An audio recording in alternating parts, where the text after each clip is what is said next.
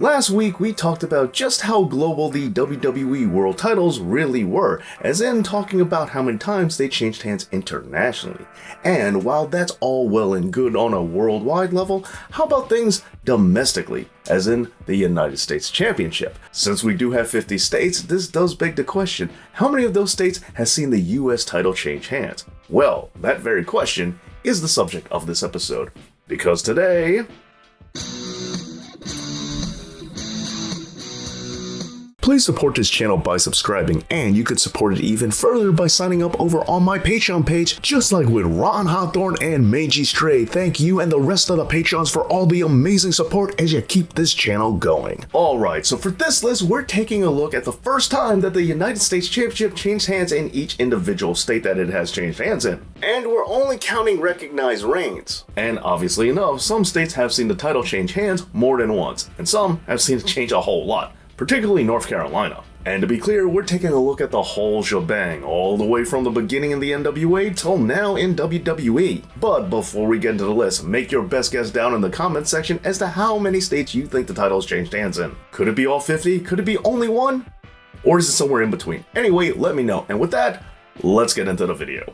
Okay, so our list, obviously enough, begins when the United States Championship was first crowned, and that was awarded to Harley Race, who won the belt on January 1st, 1975 in Tallahassee, Florida. Yep, it all began in the Sunshine State. This was the result of Harley beating Johnny Weaver in the finals of a tournament for Mid-Atlantic Wrestling, and from there he would go on to hold the belt for an impressive 183 days, with his reign as champion coming to a close thanks to another Johnny Valentine, who beat him right before America's birthday on July 3rd, 1975 in Greensboro, North Carolina. From there, the belt really wouldn't see a lot of action in other states as it only changed hands in North Carolina. That is, until July 7th, 1977 when Bobo Brazil won it in Norfolk, Virginia. And then later on in that same year, the next wrestler to win the championship in a brand new state would be that of Ricky Steamboat, who won it on October 21st, 1977 in Charleston, South Carolina. Oh, and speaking of Ricky, he would also win the belt in Toronto, Ontario, Canada on December 17, 1978. No, that's not a state. I just thought it'd be worth mentioning that this would be the first time that the United States Championship changed hands outside of the good old US of A. Yep, that's right. The United States Championship changed hands outside of the United States before it changed hands in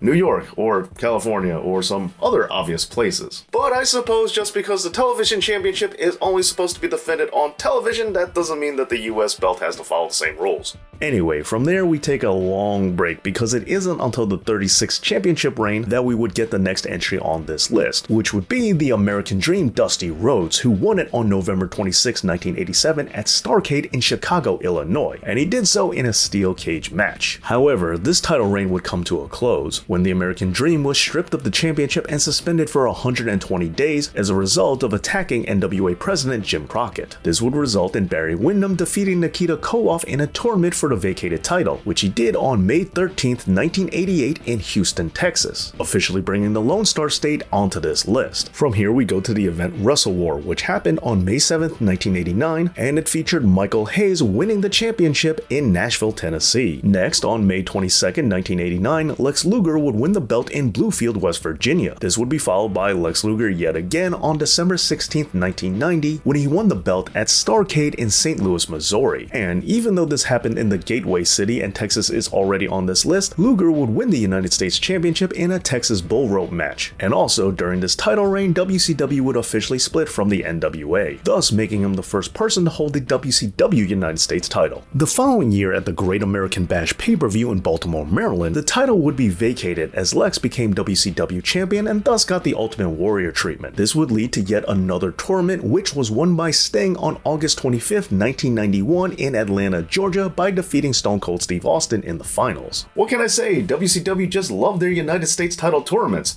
It's almost like vacant was a state. Then 3 years later, and we're back to Ricky the Dragon Steamboat, who won the title at Clash of the Champions 28 in Cedar Rapids, Iowa. Next, we go back to Sting, who became United States Champion once again on June 18th, 1995 at the Great American Bash in Dayton, Ohio. And he did this by winning, surprise surprise, another tournament, where he defeated Meng in the finals. But then later on in that same year, and Sting would drop the championship to Kensuke Sasaki on November 13th, 1995, at the event called WCW World in Japan, which took place in Tokyo, as this was a New Japan event. And again, this is just another international win that I think is worth noting. Continuing on, we have Jeff Jarrett, who won the belt on June 9th, 1997 on an episode of Monday Nitro, and he did this in Boston, Massachusetts. And then we have the first time ever that the United States Championship was won in our nation's capital, which happened on December 28th, 1997 at Starrcade, and it was won by Diamond Dallas Page. His reign would continue until Spring Stampede 1998, which was held in Denver, Colorado, and it would see Raven take home the championship, as this was a Raven's Rules match. But unfortunately for him, this reign would only last one single day, as the next night he would become the next victim of Goldberg's streak, and Goldberg himself would hold on to the title until he won the WCW World Championship, which of course meant that he would have to vacate the US strap. And so yet another tournament was held, but this time it was won by Bret Hart on July 20th, 1998 on an episode of Nitro in Salt Lake City, Utah, where he defeated Diamond Dallas Page for the belt. Although he would end up dropping the strap in less than a month on August 10th, 1998 to Lex Luger, who won the belt in Rapid City, South Dakota, only for Lex to give the belt right back to Hart 3 days later on an episode of Thunder, which was in Fargo, North Dakota. This would then result in the Hitman dropping the belt to Diamond Dallas Page on October 26, 1998 on an episode of Nitro in Phoenix, Arizona.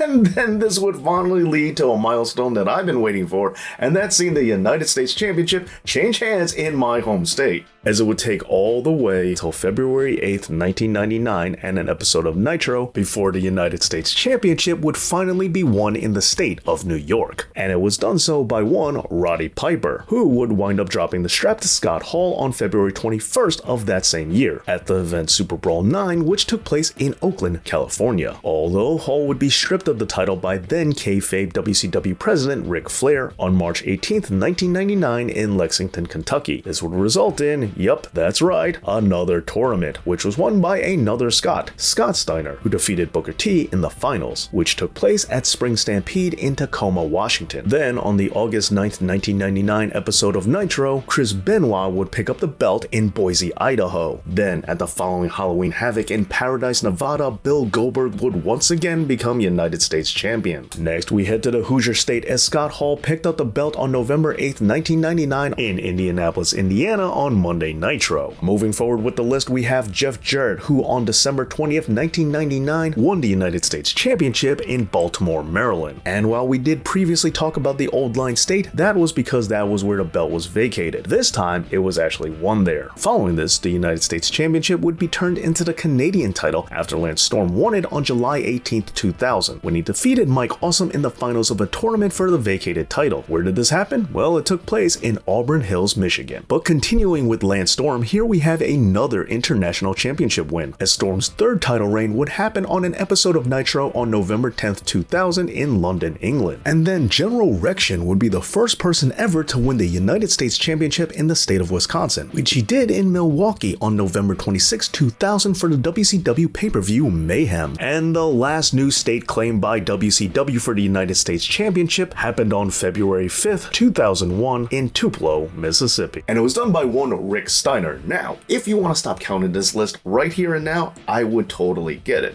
because this would all lead to just a few months later, and WWE would purchase WCW. And this would result in our next new state being that of Pennsylvania, the city of Pittsburgh to be exact, because this is where Chris Kanyon became champion on an episode of SmackDown that took place in July of 2001. And from there, we wouldn't see another new state enter the fray for another 3 years, when John Cena won the belt at No Mercy in East Rutherford, New Jersey. Then on July 11th, 2006 on an episode of SmackDown, Fit Finlay would win the belt in Minneapolis, Minnesota. We followed that up on June 1st, 2009 on an episode of Raw, where Kofi Kingston won the belt in Birmingham, Alabama. Continuing on, we have yet another international win, as Bret Hart became the United States champion on May 17th, 2010 in Toronto, Canada for an episode of Raw. Then 6 years later on January 11th, 2016, and Kalisto would become United States champion in New Orleans, Louisiana. And then finally, we have Jeff Hardy, who would win the championship on an episode of Raw taking place on April 16th, 2018 in Hartford, Connecticut. And of course, just to mention it, our current champion Rey Mysterio won the belt in Calgary, Alberta, Canada. Alright, so including Washington DC, we have a total of 35 locations that we just talked about.